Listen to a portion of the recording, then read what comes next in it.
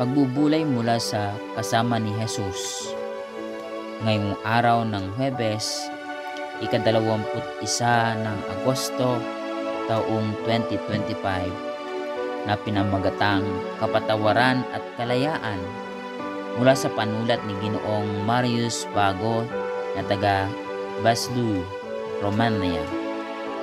Ang ating babasahin ay matatagpuan sa Genesis chapter 50 verse 15 to 21. Ang ating pagbabatayan ng refleksyon ay mula sa Isaiah chapter 58 verse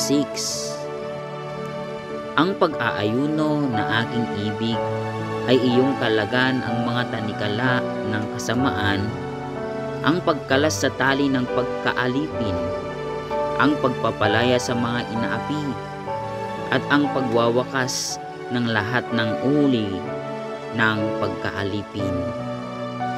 Masaya ang mga alaala ko sa aking kabataan, pero may mga hamon din dito.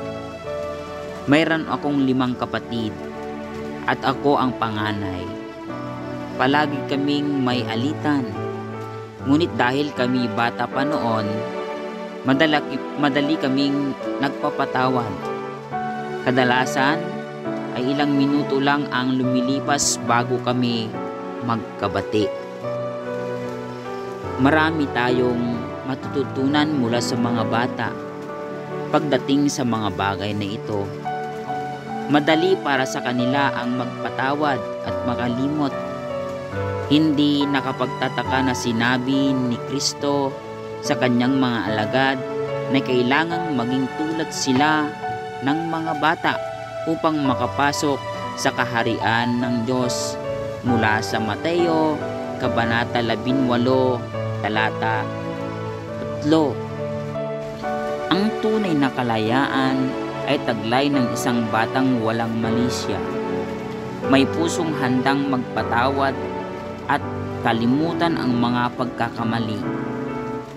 Maraming halimbawa sa Biblia kung paano natin maaring bitawan ang galit at piliing magpatawad.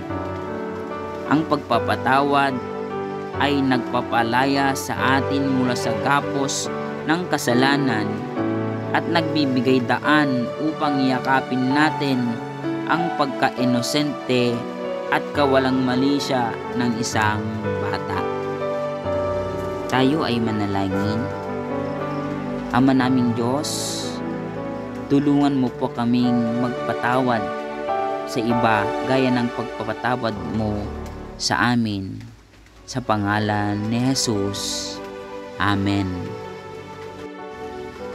Ang isipin ngayong araw, kapag mabilis akong magpatawad, isinabuhay ko ang turo ni Jesus na maging tulad ng isang bata. At ang mga ipapanalangin ay, tulungan mo po kaming magpatawad sa iba gaya ng pagpapatawad mo sa amin, sa pangalan ni Jesus. Amen. Mapagpalang araw po sa ating lahat.